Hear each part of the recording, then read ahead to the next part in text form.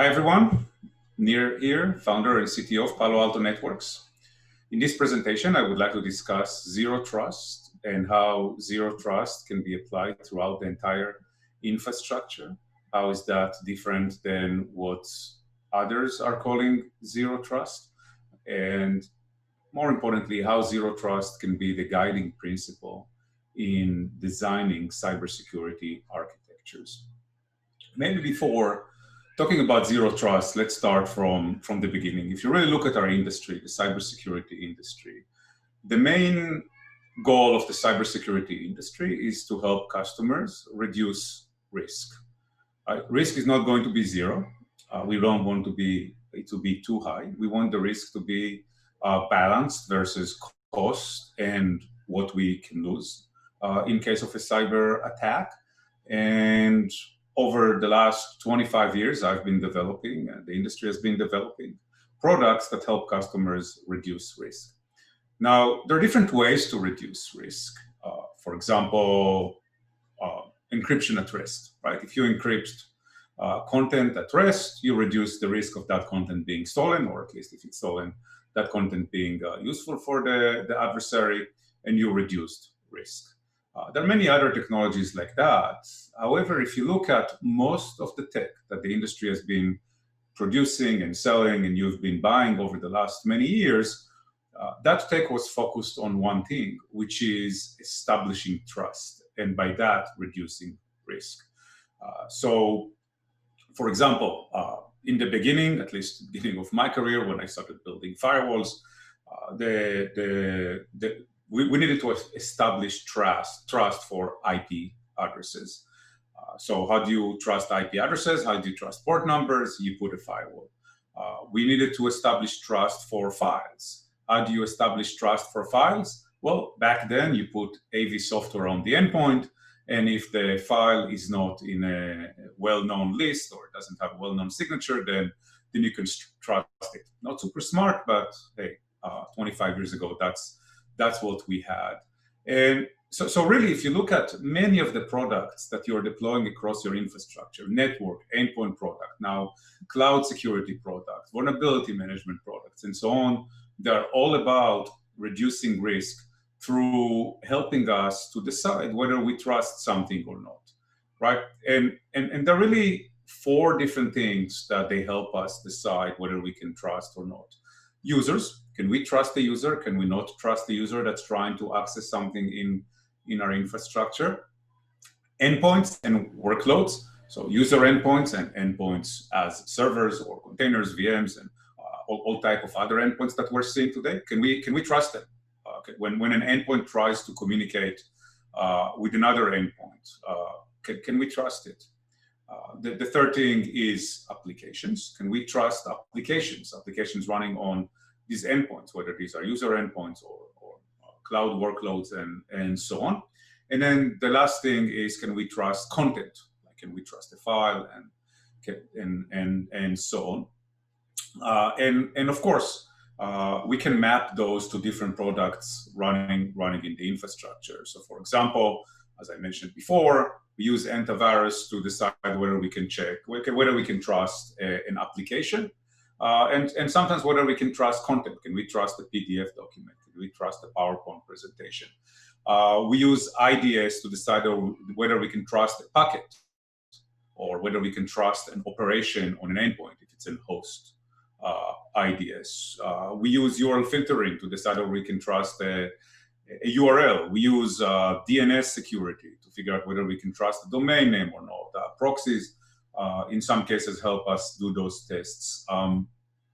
We use different technology to decide whether we can trust third-party software that we use. Can we trust an open source package that our developers are trying to use in their code or deploy into a cloud environment, and so on. So really, if you start looking at your cybersecurity budget, you'll see that the vast majority of it, probably north of 90%, it really goes to deciding whether we can trust something or not. And the interesting thing is that I think that some of the fragmentation in our industry, where we have so many different vendors doing so many different things, is a result of the need to establish trust, right? So we started with the firewall, we started with the antivirus. Great, now we can trust IP addresses, we can trust port numbers, we can trust files, but can we trust packets? Can we trust what the firewall has allowed? We can't. So let's put an IDS and an IPS. But good, now can we trust the URL that users are trying to access? No. Okay, let's put URL filter. And over the years, this thing grew and grew and grew into today, where most of our customers would use many dozens of products from many dozens of vendors for mostly one goal, deciding whether you can trust something or not. In order to explain end-to-end zero trust, I'll be using the following example in my presentation. What you see here is a user using an application on an endpoint and the entire path that they take until eventually they access sensitive information sitting, let's say, in a database running as a Paas service in a public cloud. And from the user endpoint and the application, we're seeing packets going through the internet into public cloud, into a web server running inside that public cloud that is the front end of the application. And behind that web server, there is a big application that's made of many microservices that are running as VMs, as containers, maybe as serverless functions, implementing the application.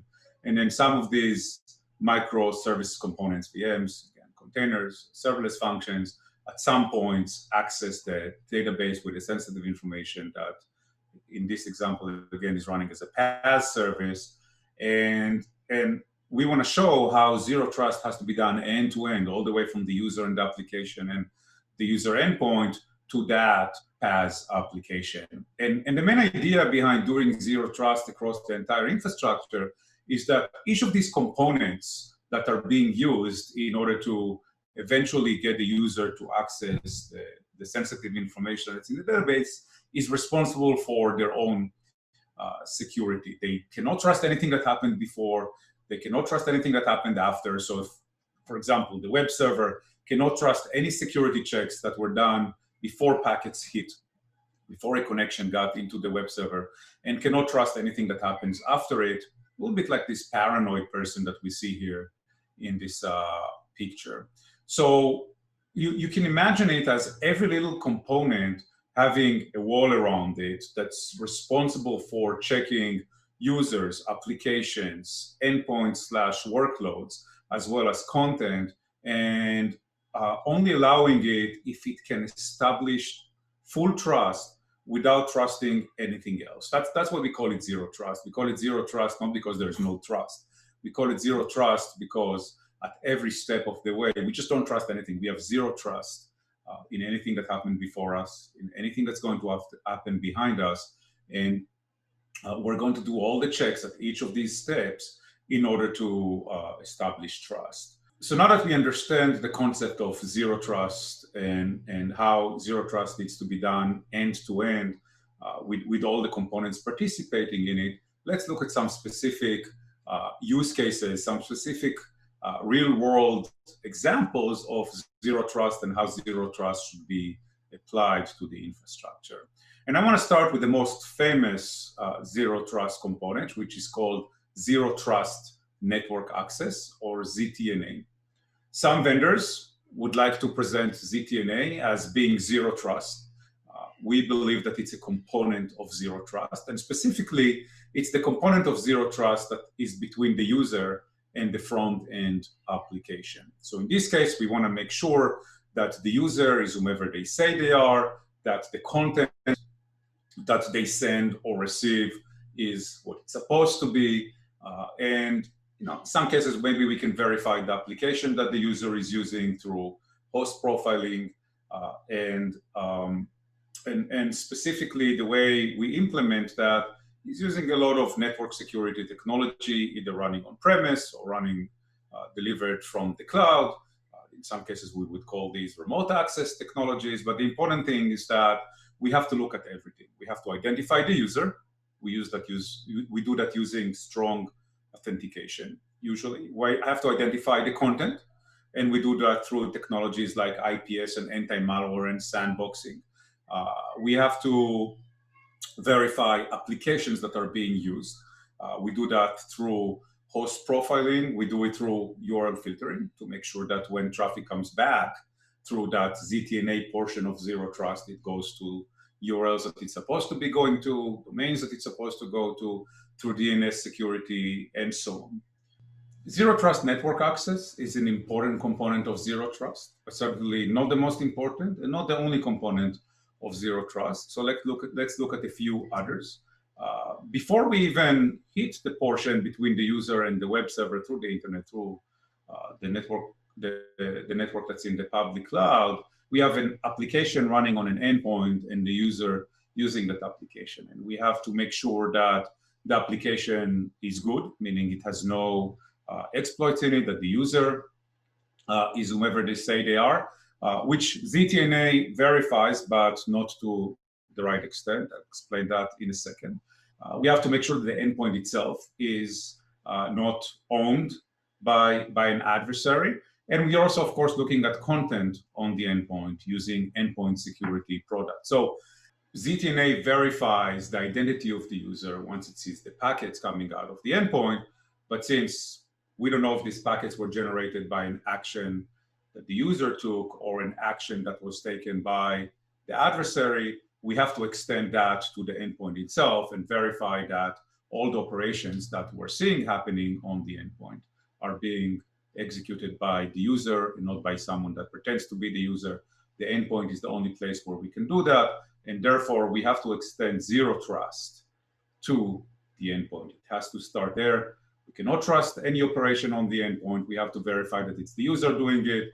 So while Zero Trust network access establishes Zero Trust between the user and the web server, as you can see here, there are steps that happen before the packets that are generated by the user even hit the internet. And the rules of Zero Trust is that we can't trust things that happen on the endpoint. We have to be on the endpoint in order to establish trust in those earlier stages of the path between the user and the important data that's sitting in the database. Again, that is, this case is a Paas application. So to do that, we have to make sure that the user is really the user. Yes, we have authenticated the user and ZTNA verified that the user is authenticated, but is it really the user? I'll show you in a second that there is a question around that. We have to verify content that appears on the user endpoint. We have to verify that the endpoint itself is secure. And of course, we have to make sure that the application that's running on the endpoint is really the application that it's claiming to be a web browser and not an application that's malware, but appears to be a web browser. So for that, we have to take these two and establish Zero Trust around them. And of course, we do that with endpoint security software that has to be part of the bigger Zero Trust path. And specifically regarding the user, as I said, yes, Zero Trust network access has verified that the user is authenticated, but how do we know that packets coming out of the end user endpoint really were generated by some user activity and not by an adversary that hijacked the user identity or hijacked the connection after the user has authenticated and is now doing things that they're not supposed to do? From a Zero Trust network access perspective, we cannot tell that unless we see it in the content, but generally we cannot tell that. On the endpoint, relatively easy to do that. We look at system calls, we look at activity, we look at the behavior, we look at the different things and make sure that they are indicating that it is the user that's performing the operation and not someone that hijacked the user identity or the user connection performing that operation. So this is how we extend Zero Trust to the user endpoint. We also have to remember that there is another type of endpoints, IoTs. And in many cases, it will be an IoT that is going to communicate with the network. The IoT can be the camera that I'm using right now to to record this over Zoom.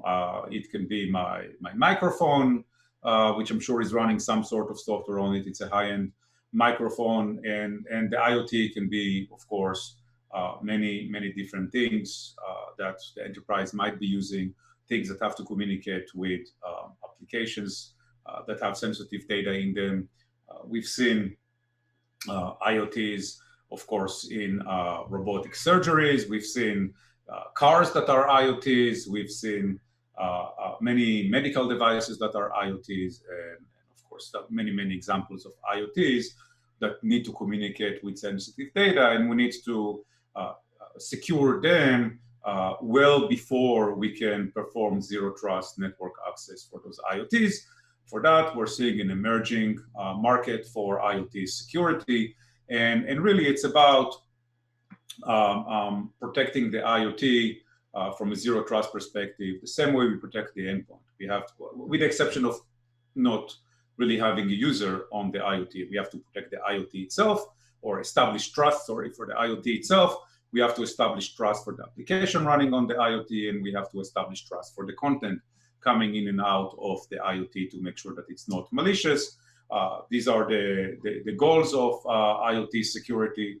And when we're designing our cybersecurity architecture, when we're designing our end-to-end zero trust, we have to take IoT security into consideration and make sure that IoT, number one, the IoTs perform zero trust checks for content, for application, for the device itself, and second, that we don't trust traffic coming out of the IoT in further stages of the path, for example, in the zero trust network access stage of the zero trust, the end-to-end zero trust path.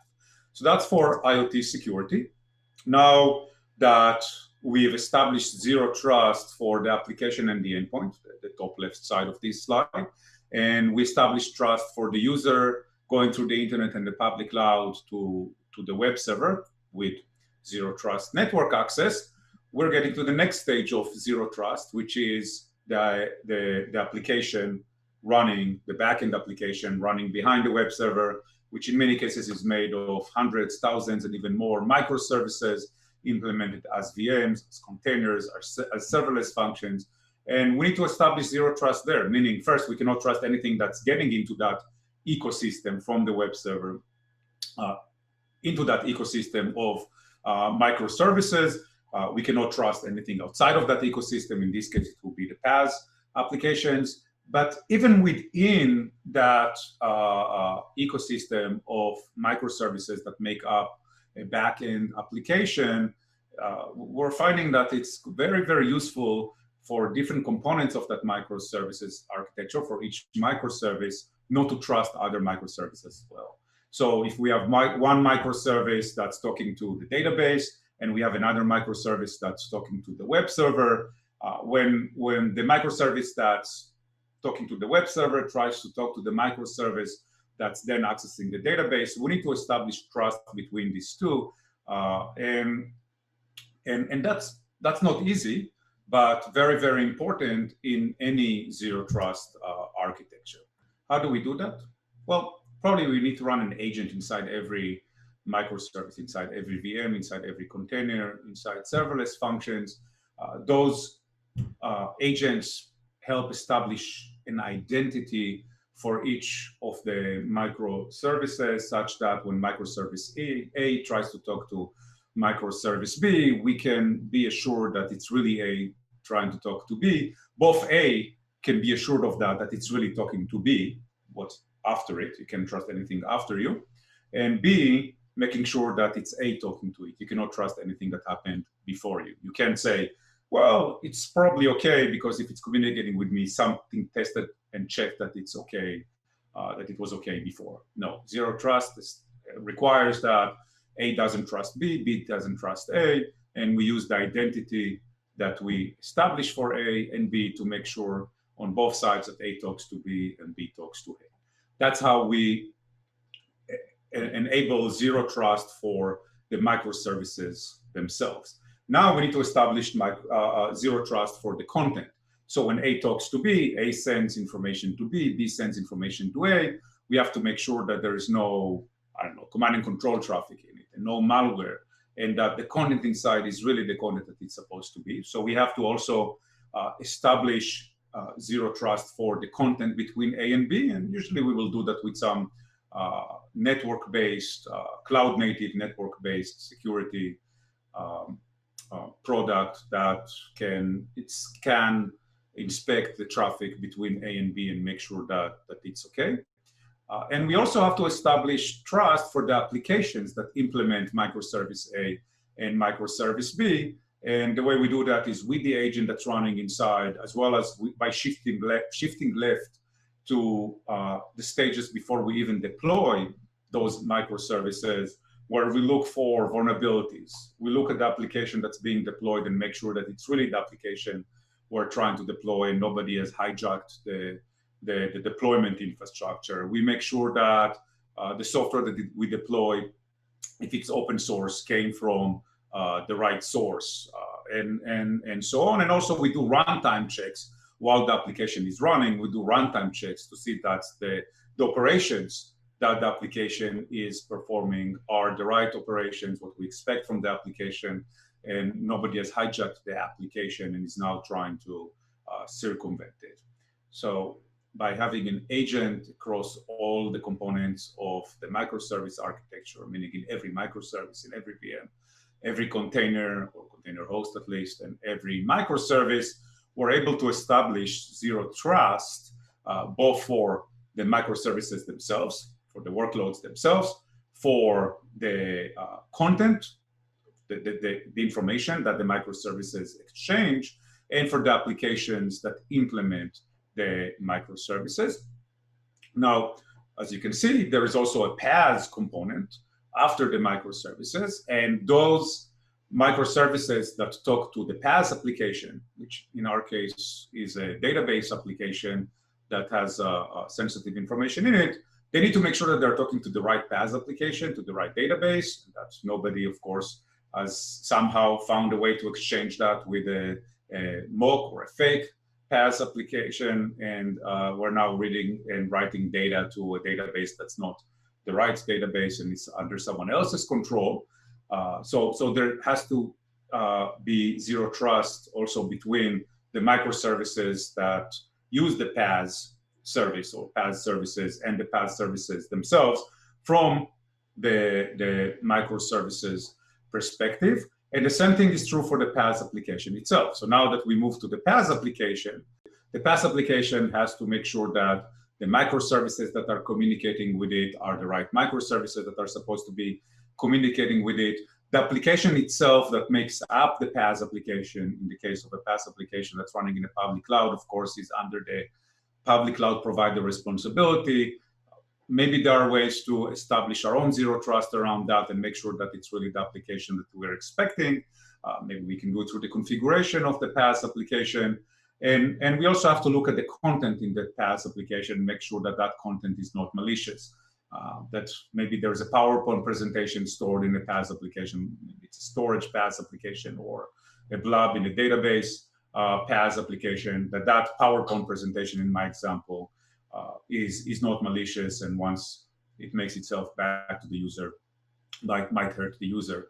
So establishing zero trust within the Paas application is also very important. The Paas application cannot trust anything that's communicating with it.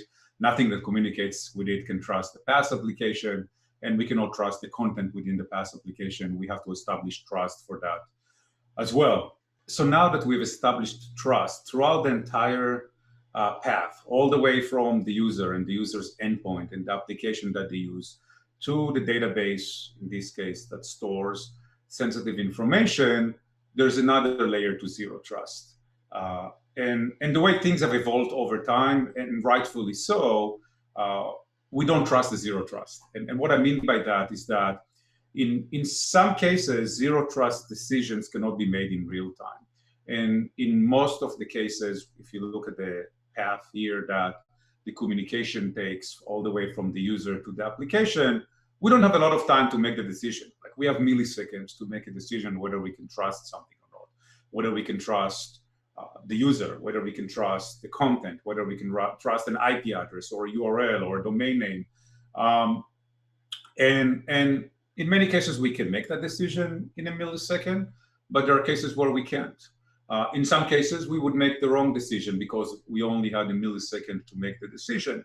So, of course, what we've done over time is we've established another layer on top of all of this, a layer which we call the Security Operations Center, which looks at all the zero trust decisions that have been made and all the decisions that couldn't have been made because of the real-time nature of the work versus the non-real-time nature that some zero trust decisions require.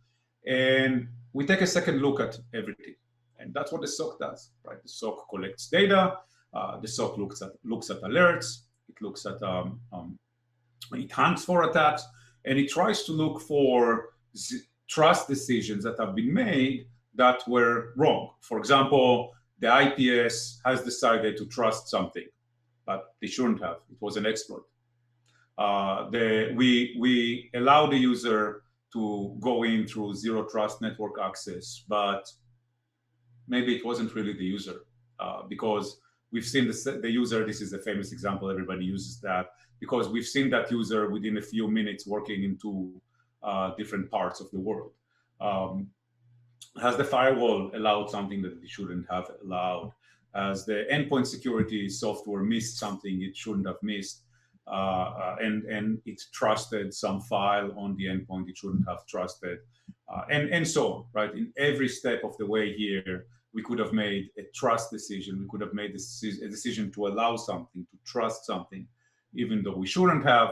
And the SOC, the Security Operations Center, is using all these different technologies that you see at the end. And the SOC is the last piece of an end-to-end zero trust architecture. The SOC, together with everything that we've seen before around endpoint security, IoT security, zero trust network access, everything that we do in order to establish trust within the backend application across all microservices, whether they are VMs or containers or serverless functions and PaaS applications. And I haven't even mentioned SaaS applications here. We need to establish trust with SaaS applications. And there are other things where we need to establish trust. We cannot trust them.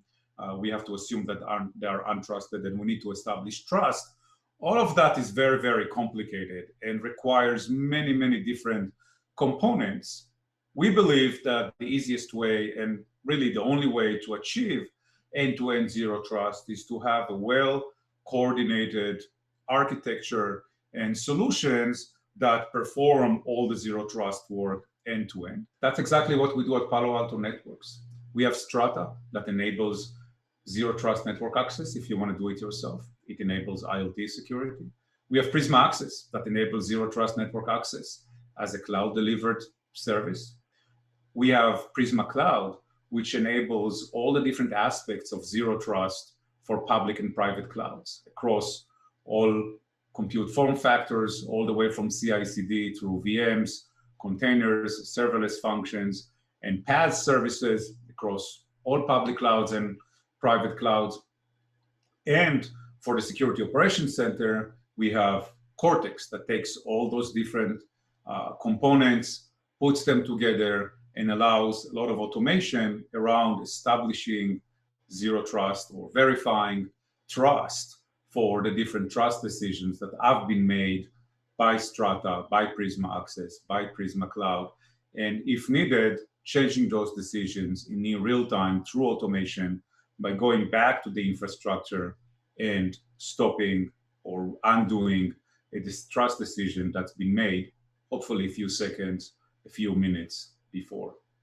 Thank you very much for listening. If you want to hear more about end-to-end zero trust, if you want us to help you architect end-to-end zero trust, if you want to dive into some of the solutions that enable zero trust in different areas of the infrastructure, like zero trust network access, zero trust in public cloud, zero trust for endpoints, and so on, we'll be happy to meet one-on-one and talk to you. Please contact your sales team or just send an email to sales@paloaltonetworks.com. Stay safe, and I hope to see many of you in person very, very soon. Bye.